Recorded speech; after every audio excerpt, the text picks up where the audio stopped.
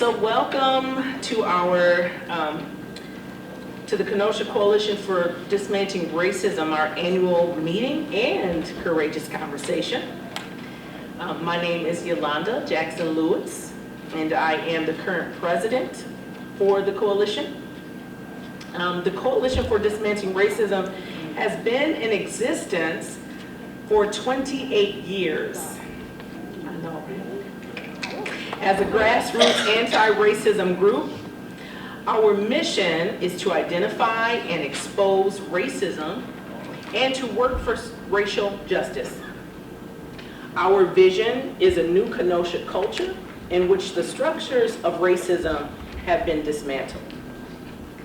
We are a volunteer organization of a diverse group of community members who are interested in educating and engaging people in discussion about the impacts of racism in our lives. We are a group of community volunteers who have the common goal of helping to create a community where everyone is safe to live, work, and worship. Every year, the coalition promotes two main events. They both take place in January. Some of you may already know what they are. One is, they both take place in January in honor of Dr. Martin Luther King Jr.'s birthday. We have a community event called Kindness Week. And get your pens out, get your phones ready to save the date. Kindness Week consists of activities that promote courageous acts of kindness in our community, as well as highlighting the acts of kindness from our community school students. So mark your calendars for Kindness Week 2025.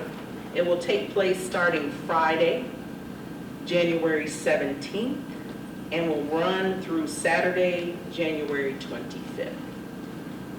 So again, that's starting Friday, January 17th. A wonderful kindness breakfast will be that Saturday, January 18th, starting at 8 o'clock at Mahone Middle School. Anyway, just a little plug there.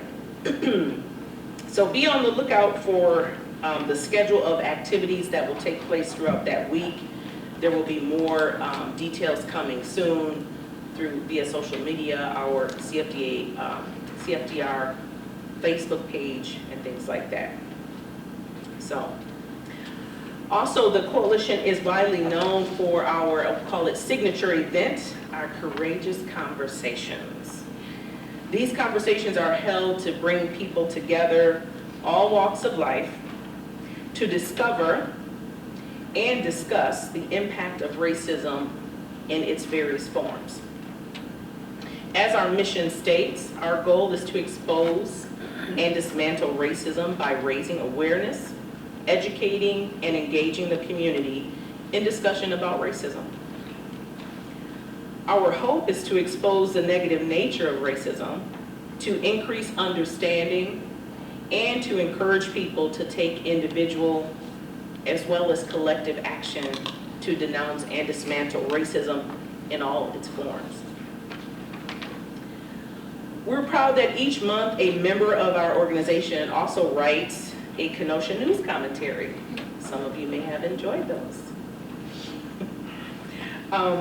We volunteer to write the Kenosha news commentaries that hones in on contemporary issues of community concern. Members take turns writing these monthly commentaries that focus on racism. Following the remarks tonight, my remarks, we will have another courageous conversation. This one, the topic of diversity, equity, and inclusion. In 2024, we held several courageous conversations on various subjects. The first one was held in January during Kindness Week with the students who discussed concerns around safety at school. In February, we welcomed Mr. Roger Moriano for a courageous conversation that emphasized the importance and the relevance of anti-racism efforts and the need for social justice groups like the Kenosha Coalition for Dismantling Racism. it's important for us to continue the fight against racism. In March being Women's History Month, we centered the focus around a group of women of color who came and shared their stories about living with racism as well as gender bias. Our goal is always to educate and elevate the conversation surrounding racism in order to demystify, discourage, and dismantle racism in our community. At this time, I would like to introduce the current officers for the Kenosha Coalition for Dismantling Racism. If you're here, and whichever you're comfortable, if you could please stand or wave, because I know some people, I ain't gonna mention no names, don't want to stand them. But so our first VP, our first Vice President, Alex Whitaker. Hey, Alex. He's in the back, but I'll look at him. Turn and Sarah. Our second VP, Mr. Gregory Bennett Jr. Is here. Secretary Misty Gorman. Assistant Secretary Terry Ruck. Hey, Terry. Our Treasurer, Mercily Tony. And founding member and Assistant Treasurer, Ms. Adeline Green.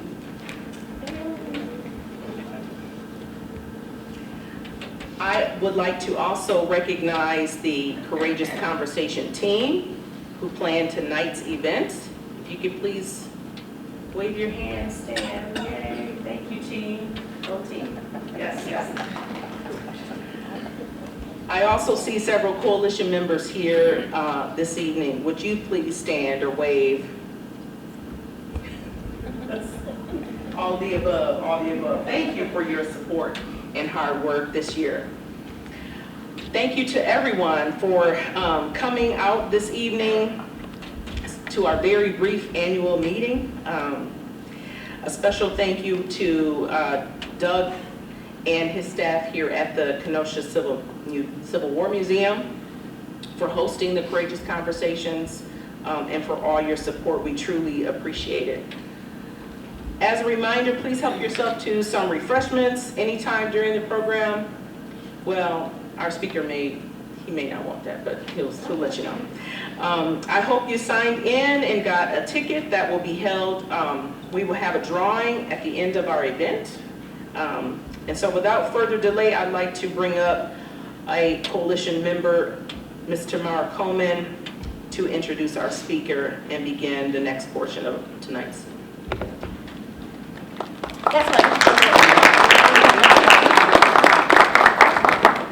Thank you, Yolanda. Can you guys hear okay? Yes. Y'all all went to the back of the room, so we wanted to be sure that you could hear us all.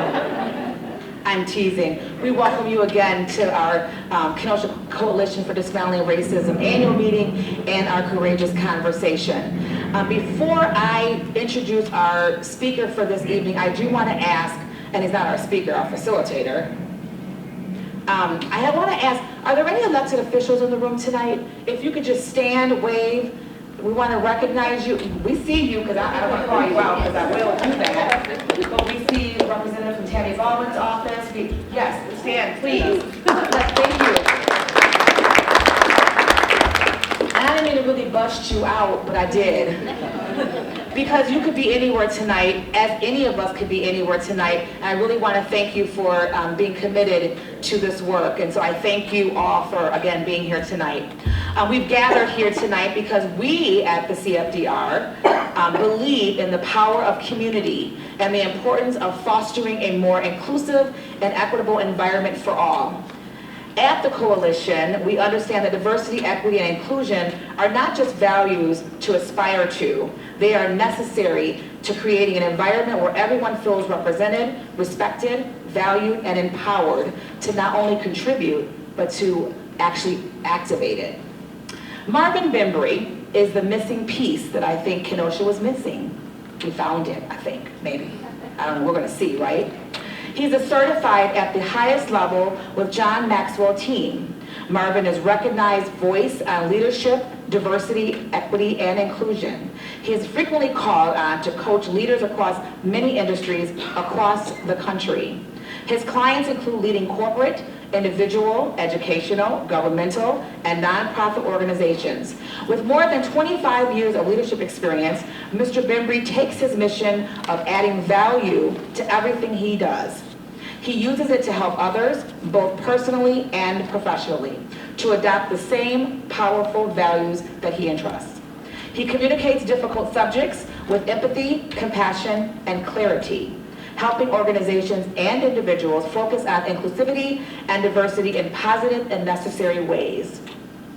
Professional, straight-talking, and leadership-oriented, Marvin helps individuals and organizations maximize their ability to communicate and lead.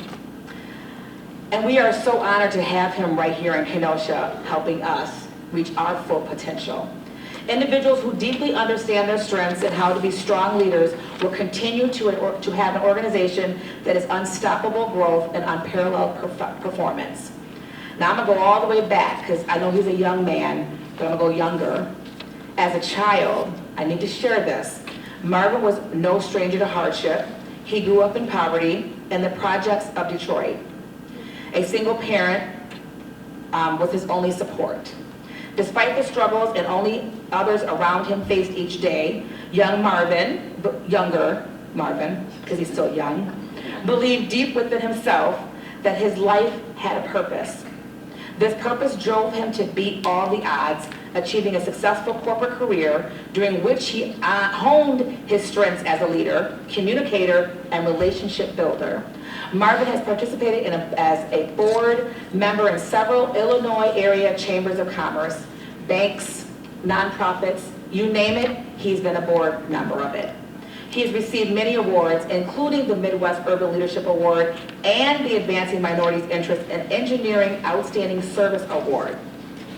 And again, I stated he is no stranger to Kenosha. He might be a stranger to some of you tonight, but after tonight he won't be.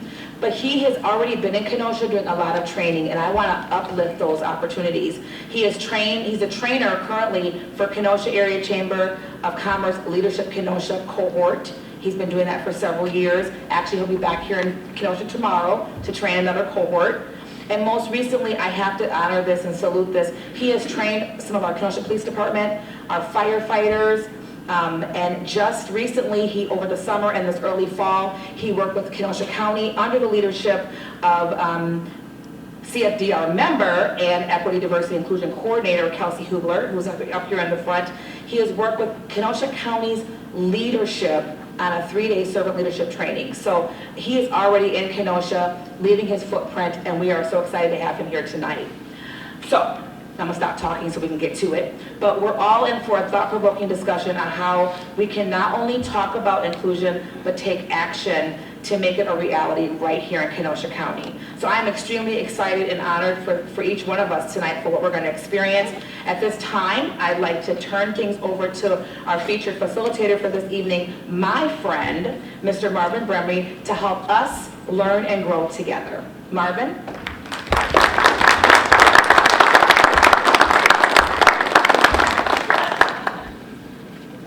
Good evening, everyone.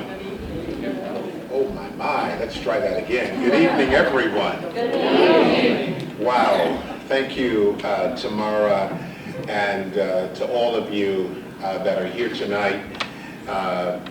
It really is an honor to stand here and to share with you. As she mentioned, my name is Marvin Bembry, and I'm excited about being here in Kenosha tonight. A city that is rich in diversity and strong in community spirit. I want to acknowledge this organization, Adeline, and the leadership of that coalition for dismantling racism. Ms. Coleman, who initially contacted me, and I really want to acknowledge the power of your mission to dismantle racism. The more I thought about your name and its associated meaning, it became clear to me that embedded within this name of this organization is the challenge, not only for Kenosha, but for other sectors, other cities, other organizations within this country and even abroad. I've traveled abroad. I've spoken to hundreds of thousands of people on 5 continents, in 5 continents. And some of the issues that we deal with here in this country are not unique to this country. They are, they exist elsewhere. And so racism cannot be dealt with by edict alone. It cannot be dealt with by proclamation and even legislation alone. Your name and your mission speak to the important task of dismantling the structures, some that are obvious and some that are oblivious, especially to those who serve to perpetuate institutionalized racism. And so my hat is off to all of you who lead this effort, who are supportive of this effort, and for all of the volunteers and all of you of good heart who are gathered here today to continue this important work. Today, we're going to embark on a vital and courageous conversation about diversity, equity, and inclusion. 3 powerful pillars that hold the potential to transform our community into a model of unity and mutual respect. Now, I would be remiss, ladies and gentlemen, if I did not acknowledge the dichotomy and the juxtaposition of 2020 and 2024. In the aftermath of events in Minnesota, Georgia, Wisconsin, there seemed to be a culmination and a kind of national reckoning on the issue of race. It appeared that the bandwagon was set, the expectations were high, and the national conversation on race was going to take us to a place that perhaps we'd never been before. Fast forward just a few years, and in fact, within the same year, 2020, there began to be a fatigue of the discussion and the issue of race, and the politicization gave rise to a polar opposite. And it also gave permission structures to be loud and bombastic in the denial that there were even issues to dismantle. And so we have this incredible juxtaposition that makes one feel like that they have suffered whiplash in a proverbial accident. And as someone who teaches and speaks and studies and consults on the subject of leadership and diversity, I want to introduce diversity, equity, and inclusion and put it through a leadership prism. So let's begin today by understanding what we really mean when we talk about diversity, equity, and inclusion. And I want to position this discussion tonight in its very basic format, away from the political conversation, away from the media noise and the lies and the distortions, so that all of us will be able to sing the words of the great author, "I can see clearly now, the rain is gone." And so what is diversity? Diversity is the mix of varying attributes, of unique attributes that we all bring to the table. Not just in terms of race and ethnicity, but encompassing gender, age, religion, disability, etc., so much more. Diversity is about bringing us all together, all of our uniqueness. Equity is about ensuring fairness within our processes, within our procedures, promoting justice to achieve equitable outcomes for all people. On the left side of the screen, you have equality, which is sameness. But on the right, you have equity, which is fairness, that is giving people what they need in order to achieve parity. Inclusion refers to creating an environment at which any person or group can feel welcomed, respected, supported, and valued. It is when everyone feels like they have a voice, where everyone can be fully themselves, where everyone has access to the decision-making matrices. Everyone has equitable access to information and resources, and they face no obstacle to fully participating and growing within our communities. Now, from this standpoint, this very basic construct around diversity, equity, and inclusion, may I ask a rhetorical question? What's wrong with DEI? What's so wrong with trying to create an environment that creates potential lift for everyone and not just a few? Don't you want to live and work and play in that environment? Of course, we all do, and that's the obvious answer. And so it is precisely because that answer is so obvious that it makes me scratch my head and wonder, why are so many organizations now, just a few years after their loud protestations about the value of everyone, now backing off of those commitments? Ladies and gentlemen, is it a leadership issue?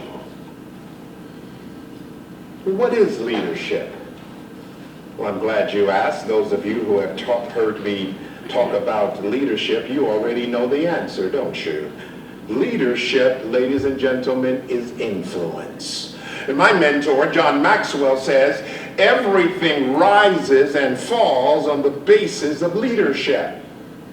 And so when we think about diversity, equity, and inclusion, we cannot think about it outside of the prism of leadership. And by leadership, by the way, I'm not talking about title, rank, and position. I'm talking about leadership in its purest and organic form. The ability of all of us and any of us who so desire to make a difference and change our environments.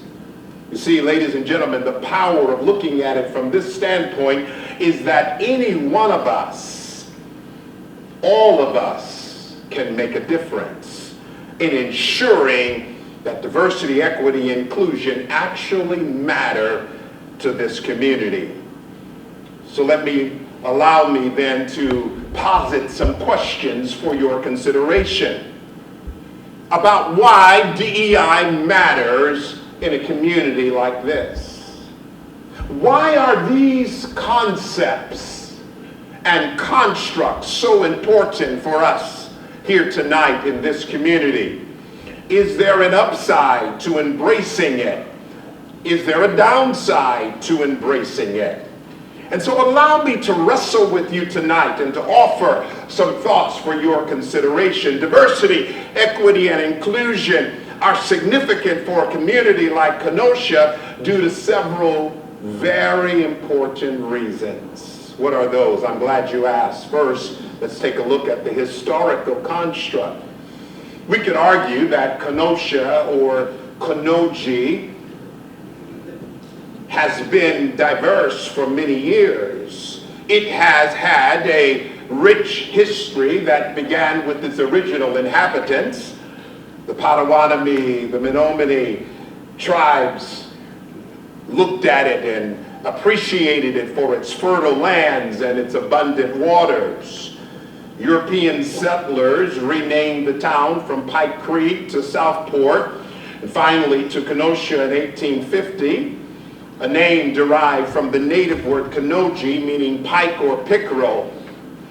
The city thrived as a manufacturing hub in the 19th century, particularly for wagons and then later for automobiles, with companies like Nash Motors shaping its industrial landscape.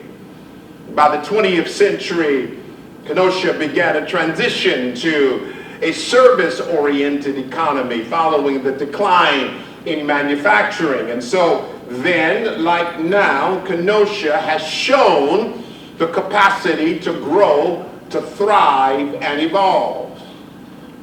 But like many cities in the United States, it has also experienced underlying racial tensions and challenges prior to the high-profile events of 2020. These tensions have been influenced by things like economic disparities, segregation in housing, educational inequities, differences in law enforcement practices, demographic changes and the economic shifts affected significantly minority neighborhoods and have contributed to long-standing issues of inequality and systemic racism. The events of 2020, following the shooting of Jacob Blake, brought national and international attention to these issues. And they highlighted the need for significant reforms and community healing initiatives that were focusing on addressing racial justice issues. And so let's talk about the possibility of continuing Kenosha to grow, to thrive, to evolve, and embrace DEI at this critical juncture of the evolution. I'm going to posit tonight that if we are to embrace these concepts, these basic concepts, diversity, equity, and inclusion that I laid out tonight, there's several benefits. One, we can experience community healing and unity. You see, implementing this can help heal and unite a community by addressing systemic inequalities and foster an environment where, get this, everyone feels valued and included. Imagine a community like that. This is crucial for building trust. Third point that I would mention is that if we embrace these concepts, there is an economic upside. I've been doing this work for many years. Thank you, Ms. Coleman, for talking about my youth. There was a time when I was actually much younger, and I was actually in an organization on the very forefront of talking about these issues around diversity. And I can remember back in those days, we did not have the empirical evidence to support the assertion that I'm about to make. We approached it from the standpoint that it was the right thing to do. It was a moral imperative, but we didn't have the evidence to show that there was an economic upside to it. Now we have the empirical evidence that embracing diversity, equity, and inclusion can drive economic prosperity. In fact, this is not in my notes, in my printed notes, but they're in the notes in my head. And there was a study by Citigroup in 2020 that suggested that the impact of racism in the United States from 2000 to 2020 cost the United States GDP $16 trillion. Let me say that again. The impact of racism over just a 20-year period of time from 2000 to 2020 cost the United States GDP $16 trillion. That's with the T. I don't know what your bank account looks like. Mine is just a little bit shy of all those zeros that make up a trillion. How about yours? How many of you think that $16 trillion could really make a difference in our country? That's just through a 20-year period of time. But There are now studies by Wharton, McKinsey, Forbes, Citigroup, among many others now, University of Michigan, et cetera, et cetera, et cetera, that show the powerful economic benefit to organizations who embrace diversity, equity, and inclusion. You see, diverse communities attract businesses. Diverse communities attract talent who are looking, especially young people today, are looking for more inclusive environments, which leads to innovation and a more competitive economic landscape. If we embrace diversity, equity, and inclusion, ladies and gentlemen, it'll impact the education disparities. I took a look at some of the stats around Kenosha and educational disparities, and it was, quite frankly, not very attractive. It was actually appalling. It was horrible. Not unlike, ladies and gentlemen, many other communities, not unlike that at all, but certainly worth noting. You see, embracing concepts around equity can ensure that all students, regardless of background, have access to quality education and opportunity for success. Can you imagine the impact and the possibilities if all students, regardless of zip code or color or economic status, were given equitable access to high-quality education within a framework of diversity, equity, and inclusion? What would that portend for this community? What would that mean for innovation and opportunity for employers in this community? If we embrace diversity, equity, and inclusion, it will have a profound impact in many sectors. If we embrace it, we will see better representation in local, county, state, federal government, in business, in organizations. It still troubles me today that oftentimes I go into meetings and I'm the only one who looks like me. And no one sees anything remotely concerning about that. It's just, I get the double looks and the triple looks, but no one sees that representation matters, right? You see, representation helps make decisions that are informed by diverse perspectives and the needs of an entire community. That can't be a bad thing, can it? You see, ladies and gentlemen, these ideals matter to Kenosha because it promotes a fair, a just, and inclusive society that acknowledges and values the diversity of its community. It heals, it unites, and it drives the community toward a more prosperous and equitable future. So what can we do? Or stated just a little bit different, what can I do? Or stated with more intentionality, what will I do? You see, as individuals, it starts with us. Personal leadership is the spark that ignites community transformation. When you and I lead by example, not only are we lighting the path for ourselves, but we're casting a glow that guides others to join in uplifting the entire community. True community transformation begins with a personal challenge to courage and compassion. And when you and I commit to being better people, we lay the foundation for a more united community. Allow me to support this assertion with a story. There was a man named Reverend Richard Joyner.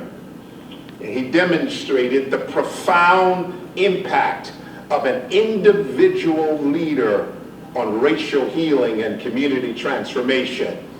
A little very small town in North Carolina, Reverend Joyner confronted the interconnected issues of poverty, poor health, and racial disparities head on by founding a community garden.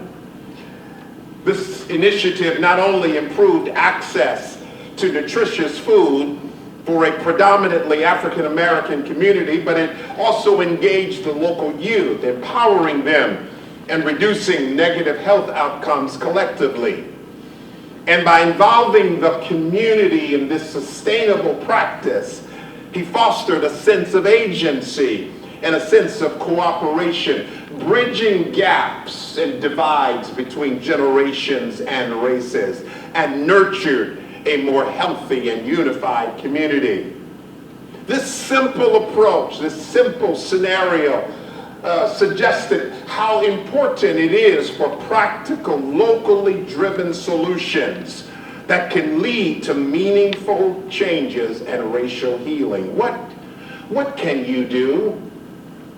What will you do? Let me offer you a few recommendations. Number one, challenge your own assumptions. Refuse the demagoguery of political leaders. Refuse to otherwise people. And with intentionality, engage with people who are different than you. Educate yourselves on different cultures and experiences beyond the safety of your own. Go to cultural festivals, participate in community forums, volunteer for initiatives that promote equity and inclusion.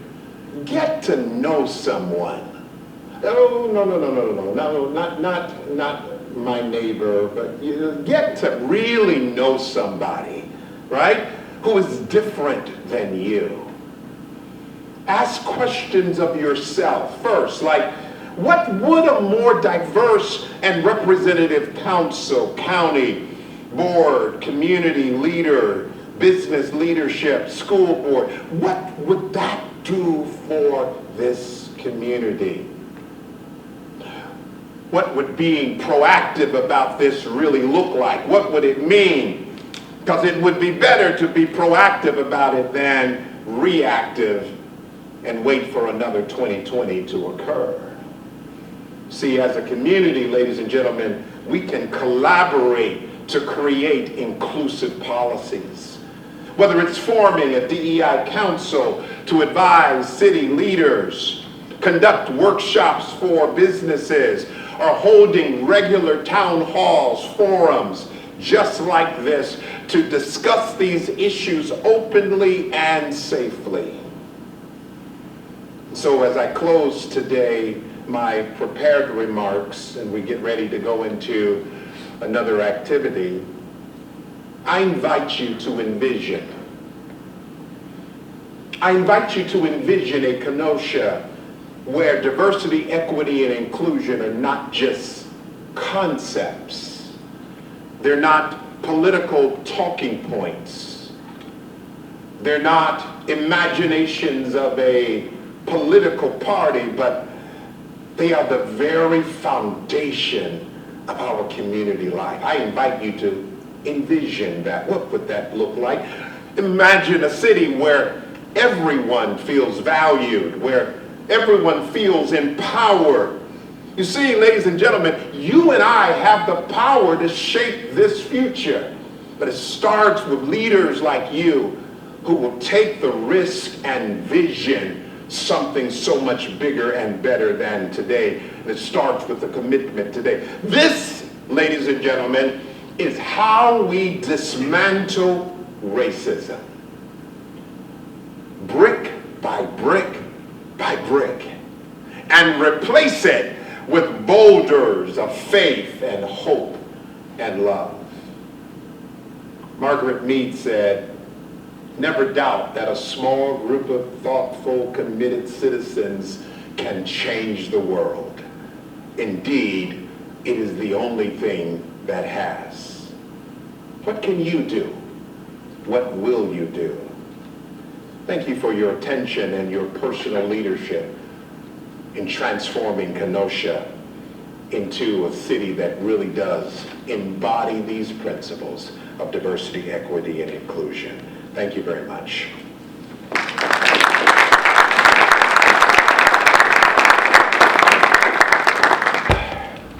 We're going to transition now, and we're going to have some courageous conversations. I want you to look at the person next to you, and I want you to ask them, can I trust you tonight? Can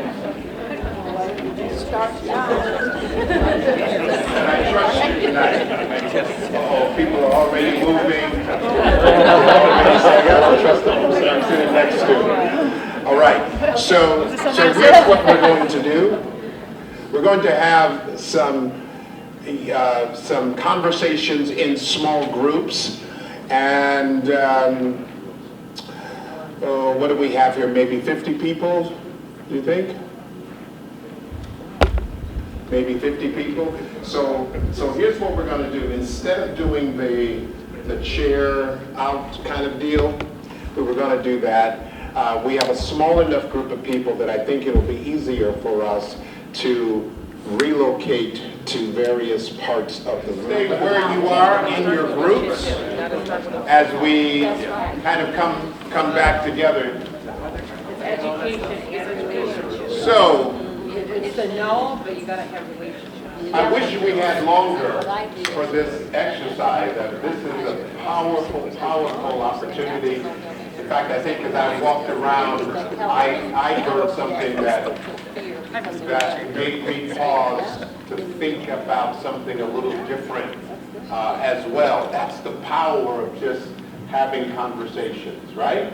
You can learn, you can grow. And so I commend each one of you who perhaps took some risks tonight to kind of have some uncomfortable conversations and to perhaps say some things that maybe you thought, you felt, but you hadn't yet shared it with certain people. So thank you for doing that. All right, so we're going to ask each group to just check in with the whole. So you've selected a spokesperson. The spokesperson, you have about 30 seconds. Just happened there. You've got about 30 seconds to answer. What did you hear? What resonated in your group? What was something that kind of stood out in your group conversation? All right? So you've got about 30 seconds. If you're really good, maybe we'll give you 35 seconds. Right? All right, let's go. Let's start with this group in the rear here. Someone just kind of stand up and share with us just some perspective from your group. Okay, we talked about standards of beauty are based on white people. And so everybody here was able to share how we talked about textures of your hair. Some people, may refer to it as being nappy, natural, healthy, curly. And we kind of touched on when we go to the store and we're buying a baby doll, you either pick the white doll with the straight hair or you'll pick the black doll with the curly hair. And most people tend to get the white doll. And so that's what we talk, the standard on beauty as being white. Got it. Thank you very much. Let's give that group a hand. All right. And you talked about other issues as well, didn't you? But that was one that stood out. All right, let's go to this group here. What was an issue that kind of resonated within your group? We started out with a conversation about the American and Confederate flag and how even the American flag in a certain boastful context has a certain effect. And we also talked about not seeing color and how many in the group resonate with the idea that that's often used to kind of distance feelings of dissonance around that, and that to really see someone fully, you have to see their color. That's impacts so much of their world. So those are the two things we talked about the most. Wow, good stuff. Let's give that group a hand. Excellent. I had that one. Marvin, when you were up there talking, I didn't see you as black. I saw you as one of us because you talk like one of us. Oh, yeah, I've heard that too. I knew what the person was trying to do, what they were trying to say. I presume I knew what they were trying to say. But I use that as an example because I say, you know, it's kind of hard not to see me as black. All right. Let me say that again. Yes, For sir. the folks on the side. For the folks on the side. It's kind of hard not to see me as black. Not much ambiguity here. And I haven't always been as small as I am right now. If you think that's small, I've weighed quite a bit more. So there's a lot of me, and kind of hard not to. I understood what the person was saying, what they were trying to say. But I loved how you characterized that for your group. Thank you so much. All right, let's go to this group here in the middle. So our conversation centered on looking closer at situations, more looking at the statistics, some that are cropped out more than others, not letting our perspectives get the best of us. We're currently in a climate to where those perspectives often initiate who we associate with and not looking to see other sides of a situation, and how with individuals, entitlement often beats out DEI as they feel as though that a symbol, a space, they have a right to more than others. Wow, let's give that group a hand. Good stuff, excellent. All right, let's come over here to this group here. Oh, wow. How do I boil it down in 30? 35, you got 35 seconds. You got 35 Because seconds. we talked about so much in this group. We each took a statement and kind of dissected it in terms of how it made us feel. But I'm going to concentrate on two things. One is being the only black person in the room when you travel and when you go attend various organizations, and how that feels just to be the only person only black person in the room continuously, not one or two times, but continuously. And especially when you travel to other parts of the state, especially up north, it's a little frightening for some of us black people to be up north with all those trees and the history that we know we have. I thought it was interesting also that one of our white members mentioned that as a young person, she had been taught to fear black people, that she was raised that way. And we, black people, fear white people in especially the law enforcement environment, because we don't know how we're going to be treated by law enforcement. But those were just a few. I mean, it was interesting to me that Tatiana, she selected what's in a name because her name sounds black, and she's wondering how many opportunities she may have missed out on because she has a black sounding name. And we covered the gamut. So. Got it. All right, let's give this group a hand. Excellent.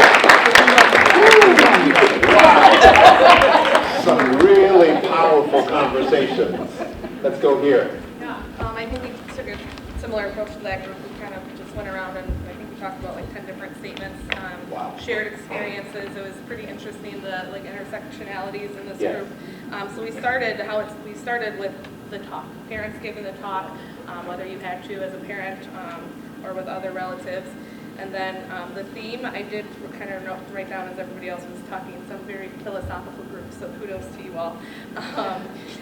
The theme amongst the experiences was generational, so that was pretty interesting for everybody to share, their experience. And we even talked about vet status too. So, I know this is the Coalition for Dismantling Racism, but that DEI trickles down to many different areas. So.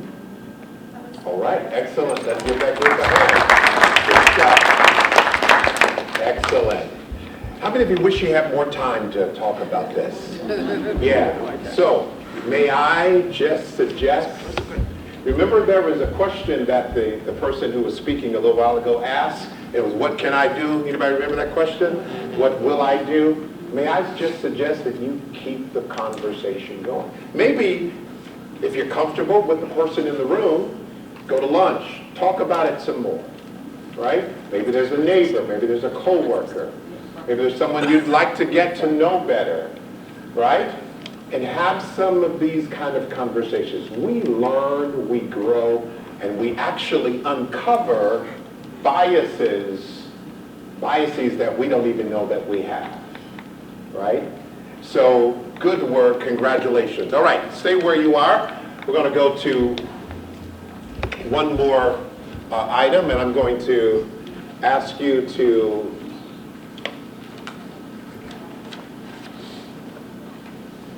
look at this video, and I'm going to ask for your perspective right afterwards.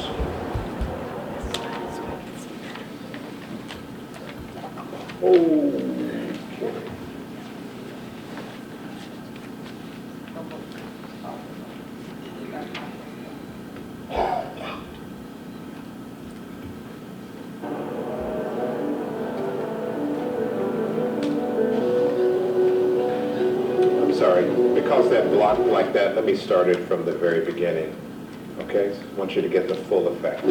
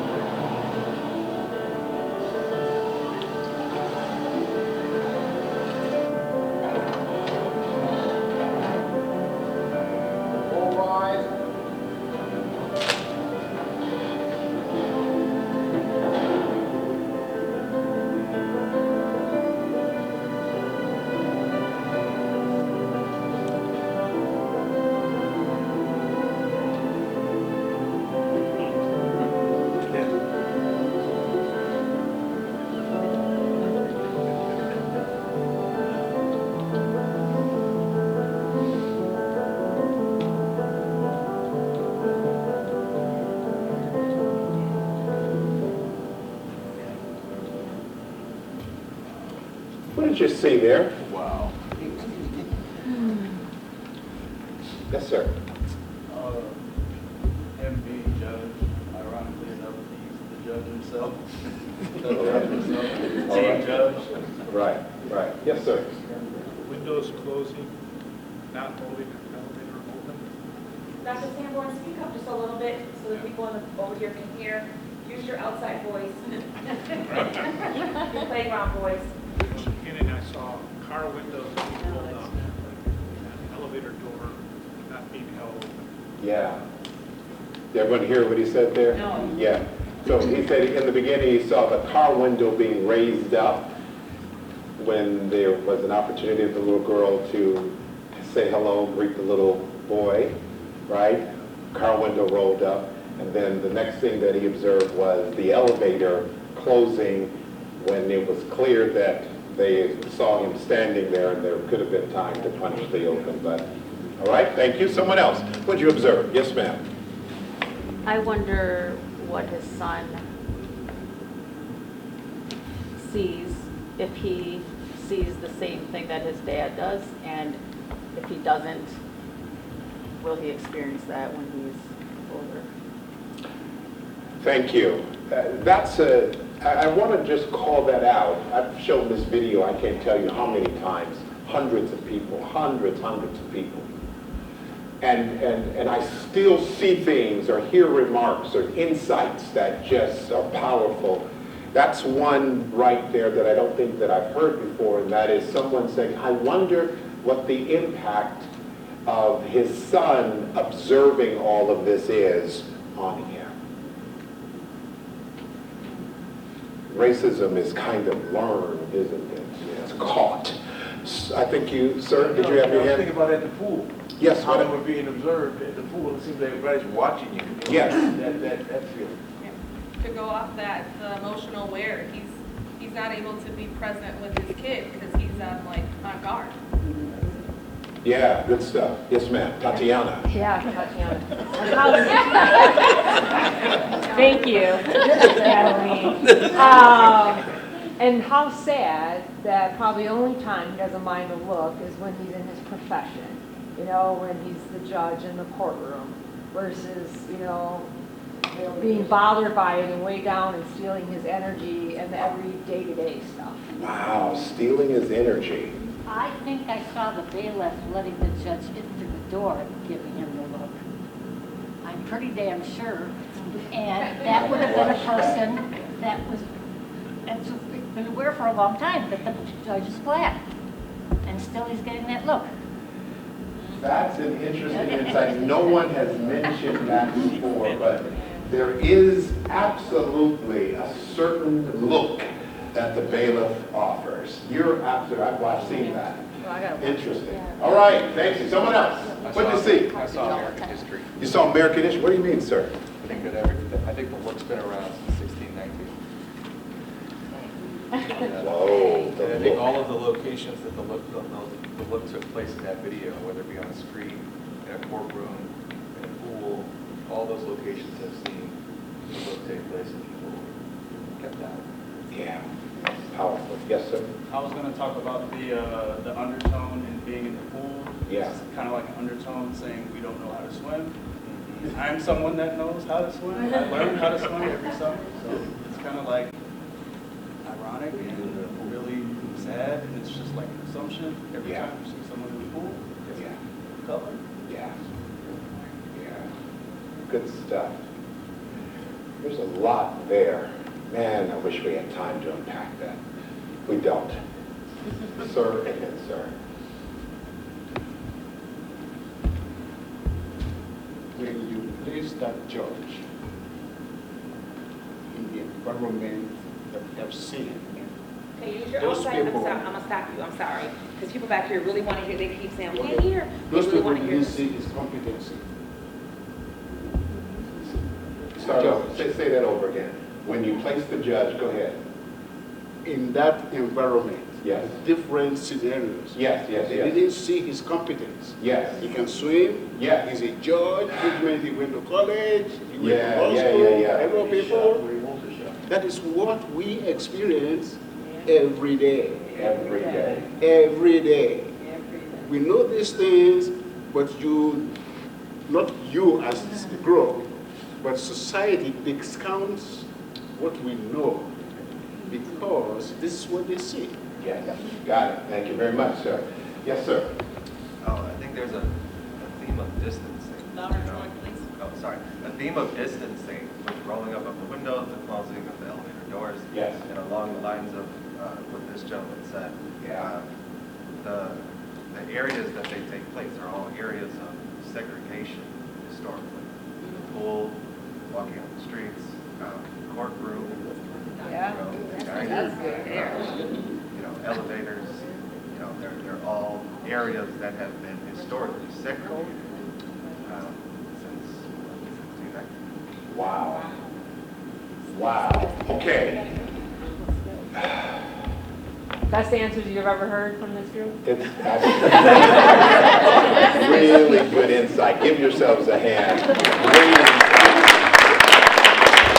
If we had time, we would break out again and we would really just go into this and unpack it. Again, we can't do it all tonight in 90, 120 minutes. But what we can do is get it started. Ms. Adeline, we've gotten it started, right? We can talk now about racism. And we can talk about it from the standpoint of having had this kind of an experience. So thank you all for leaning into this.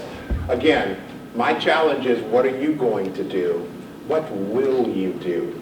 Take this experience. Let's go transform our community. As Margaret Mead said, a small group of committed people can change the world. And that's the only thing that can change it. We're spending a whole lot of mental bandwidth right now on politicians. You can be the leader in your community that can actually transform your community. So please go do it. It's been my honor to serve you tonight. Thank you very much.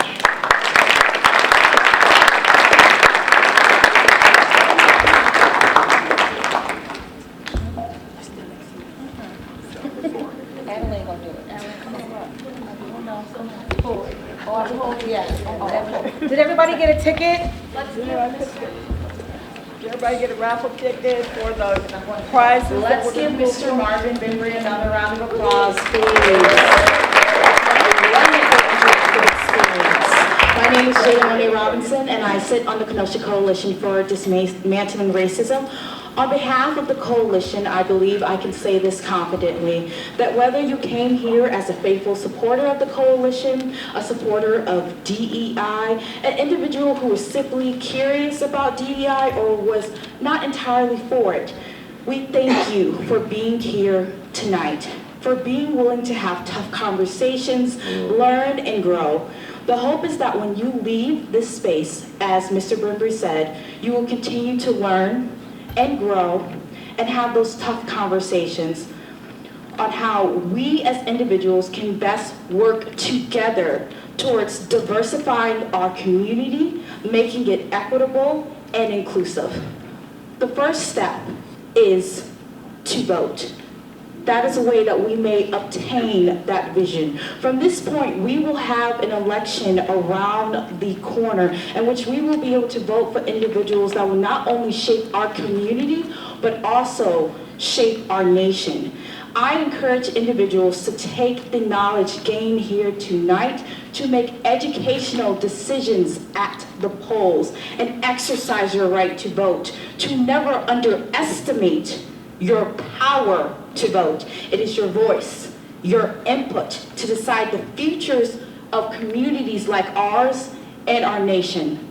Thank you all for attending. Thank you to the additional coalition members outside of myself who also sat on the planning committee to make this evening possible. Thank you to the Civil War Museum for hosting us, and Doug and Anna and the other museum staff for their generosity and their hospitality. I would like to direct your minds to another route in which you may learn and grow, and that is through literature. The coalition has provided that opportunity through the gift of literature that will take place in just a few moments. Everyone in this room should have been given a ticket to participate in the drawing. Everyone here tonight will have the chance of possibly having their lucky ticket drawn to receive one of our 5 pieces of literature that focus on various topics and themes related to our discussions here tonight and more. I will announce the gift first, then a winning ticket. If your number is called, please see a coalition member to receive your gift. All right, so our gift number 1 is a gift basket with the book Our Hidden Conversations, What America Really Thinks About Race and Identity by Michelle Norris. Yes, Mr. Marcone has it back there. And Michelle Norris is the creator of the Race Card Project, and Mr. Bembry talked about that on the sheets today, so you will have that opportunity to potentially win that book here tonight. The book was provided by Blue House Books, and it comes alongside other additional items from the establishment, such as a star constellation, heat-changing mug, so when you put your coffee or tea in there, you can learn more about the constellations. We have a $25 Blue House Books gift certificate, kettle corn and Windy City popcorn mix from Sandy's Popper, medium roast ground coffee from our first Black-owned coffee shop in Kenosha, Black Coffee, created by Deshaun Foster, and also additional items accompanied in the basket are a adorable tote, blanket, candle, and these are new and they are given by coalition member Terry Ruck. Thank you for bringing those items in.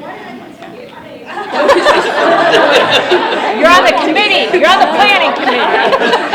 All right, so we are going to pull the ticket for that first one. Is that when you got it? Yes, and this is for the basket? Yes, ma'am. This is for the basket. You ready? This is for the basket. Okay. Ticket number 807595. 807595. I should have got a ticket. Congratulations. We have a winner. Congratulations. Let me see your ticket. Let me, okay, it's good. All right, so we have, give the time to come back up, but, yes, so gift number 2, donated by coalition member, Gently Used, it is The Hate You Give by Angie Thomas.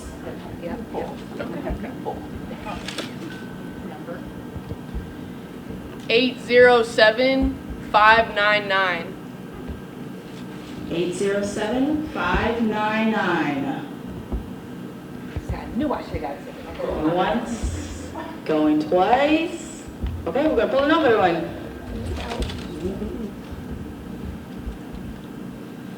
822-022. Okay. Gift number 3, donated by a coalition member. It's gently used as How to Fight Racism by Jamar Tisby. Oh, I'm a fool. Okay. Okay. The number is 807-824. Gift number 4, donated by a coalition member. Gently used Some of Us, What Racism Costs Everyone and How We Can Prosper Together. Heather McGee by Heather McGee. Yeah.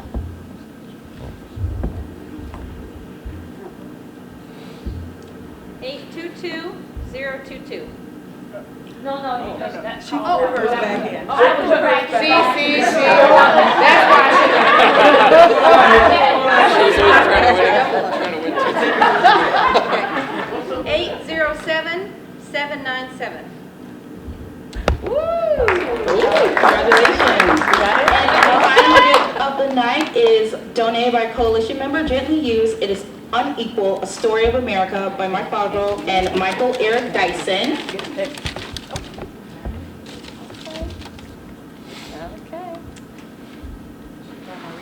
807-800. Congratulations! Thank you all for a wonderful evening. Thank you, Mr. Marvin Bembry, again for coming out here tonight. Everyone have a great rest of your night. Safe travels on your way home. Thank you.